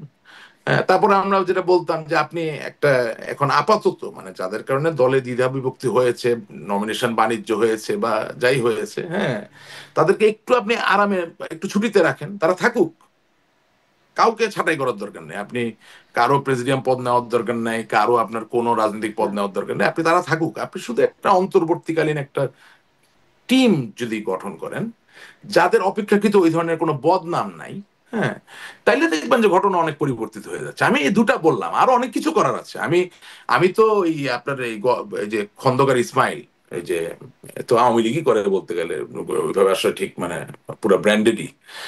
বেচারা খুব বিব্রত বোধ করে আমার সাথে প্রোগ্রাম করতে গেলে, কারণ আমি আবার এত বেশি স্ট্রেট ফরওয়ার্ড, ঠোঁট কাটা, যে সে চায় যে আমি 100 ভাগ আওয়ামী লীগের পক্ষে কথা বলি, মানে আওয়ামী লীগের পক্ষেই বলি, মানে সে চায় যে সব নেতাদেরকে আমি তেল দিয়ে কথা বলি, তো সেটা তো সম্ভব না। তা আমি তাকে যেমন ধরেন বললাম যে বাংলাদেশ আওয়ামী লীগের একজন আন্তর্জাতিক বিষয়ক সম্পাদক আছে, তো ধানমন্ডি 32 নম্বর যখন ভাঙা হলো, সে তো তখন নিরাপদে বিদেশেই, কিন্তু আন্তর্জাতিক সম্পাদকের জায়গা থেকে সে কোথাও একটা আপিল করা যে আপনারা একটু প্রতিবাদ করেন, আমাদের হুম সাথে করলো না, আপনার অনুষ্ঠানে কথা হয়েছে হুম এটা নিয়ে। তারপরে দেখেন সবচেয়ে বড় যে ব্লান্ডার, সেটা হলো যে আমার দেশে ছাত্রলীগ করা তো কোনো অন্যায় হতে পারে না। একটা ছাত্র সে বঙ্গবন্ধুকে ভালোবাসতে পারে, সে ছাত্রলীগকে ভালোবাসতে পারে, সে শেখ হাসিনাকে ভালোবাসতে পারে। একজন ছাত্র সে পরীক্ষা দিতে পারছে না ছাত্রলীগ করার কারণে, হুম এরকম ছাত্রের সংখ্যা 7 থেকে 8 লক্ষ। তো যিনি আমাদের আন্তর্জাতিক বিষয়ক সম্পাদক, যিনি আমাদের শিক্ষা বিষয়ক সম্পাদক, তারা যদি আওয়ামী লীগের পক্ষ থেকে ছাত্রলীগের এই 7 থেকে 8 লক্ষ ছেলেমেয়ের ডাটা সম্পূর্ণটা একেবারে তড়িৎ বাহিত পন্থায়, মানে যেটাকে ইমেল বলে, হ্যাঁ, মাধ্যমে যদি আমরা সব ডকুমেন্টস নিয়ে এসে জাতিসংঘের ইউনেস্কোতে যেতাম, ইউনেস্কোতে এডুকেশনের আপনি জানেন শিক্ষা নিয়ে কাজ করে, হ্যাঁ, ইউনেস্কোতে যে যদি এটা প্রস্তাব করতাম, আপনি কি মনে করেন না যে আমরা পক্ষে কিছু হলে সাপোর্ট পেতাম? 7 থেকে 8 লক্ষ ছেলে মেয়ে তো সহজ কথা না। সারা পৃথিবী যেখানে চাচ্ছে জঙ্গিবাদ সন্ত্রাস বাদের বিরুদ্ধে কাজ করতে, সেখানে আপনি একটা রেগুলার ফুল টাইম স্টুডেন্টকে যদি লেখাপড়া করতে না দেন, পরীক্ষা না দিতে দেন, তাহলে সে সন্ত্রাসী না হয়ে কি করবে? সে মৌলবাদী না হয়ে কি করবে? কিন্তু আপনি এই যে 10 মাস 11 মাস পার হয়ে গেল, তারা তো এই কাজটা করেন নাই, কারণ তাদেরকে এই বুদ্ধি দেওয়ারও কেউ নাই, খোদার ফজলে তাদের বুদ্ধি নেওয়ার প্রয়োজনও হয়নি, কারণ তেল টেল মাইরা টাকা পয়সা খরচ করে হাত পা টিপা নেতা হয়েছে, এখন এর কি যায় আসে? বুঝলেন না, এটাই বাস্তবতা। কিন্তু সৃজনশীল আহ, চিন্তা করার বা সৃজনশীল কাজ করার অনেক সুযোগ রয়ে গেছে, এবং আপনি আজকের দুনিয়ায় 7 থেকে 8 লক্ষ লোক কম মনে করেন না। পৃথিবীতে মানবিক মানুষের সংখ্যা কম না, প্রচুর। এমনকি মার্কিন যুক্তরাষ্ট্রে যে সকল সিনেটর বা কংগ্রেসম্যানরা প্রতিনিয়ত আপনার শিক্ষা মানবতা নিয়ে কাজ করেন, তাদের কাছেও যদি আমরা যেতে পারতাম এই ডেটাগুলা নিয়ে, এই ডেটা তো আর মিথ্যা না, তারা কি আপনার পক্ষে হলে একটা কথা তুলতো না? আপনি মনে করেন সেনজেন সেনজেন আপনি মনে ভুক্ত করছেন যে এখন দেশগুলো, সেদিকে কিছুটা কাজ করা উচিত? দেখা যাক। সেদিকে কেন? আমি আপনাকে অনেকগুলো কথা হুম বললাম, আমি সেদিকে কথা বললাম, আমি তো বললাম মুখপাত্র প্রয়োজন, আমি বললাম হ্যাঁ, যে আপনার অনেকগুলো কথাই বলেছেন। সাংগঠনিক জায়গায়, হ্যাঁ, এতে এরকম অনেক কিছু করা যায়। হুম কিন্তু আপনি আমাকে সিদ্ধান্ত নেওয়ার কথা বলেন। I want to be humble, I want to help, I want to জি পার্টিসিপেট। আপনি যা ভাবছেন না আমি সেটা ভাবতে চাই, আমি যেটা ভাবছি না আপনার সেই ভাবনা আমি শুনতে চাই। এই জায়গাটা তৈরি না হলে তো হচ্ছে না আসলে। জি, অনেক ধন্যবাদ, অনেক ধন্যবাদ জনাব রাশিক রহমান। অনেকক্ষণ কথা বললাম, আপনারও একটা ফ্লাইট আছে বলছিলেন। অনেক ধন্যবাদ যুক্ত হবার জন্য। আজকের মতো শেষ করছি।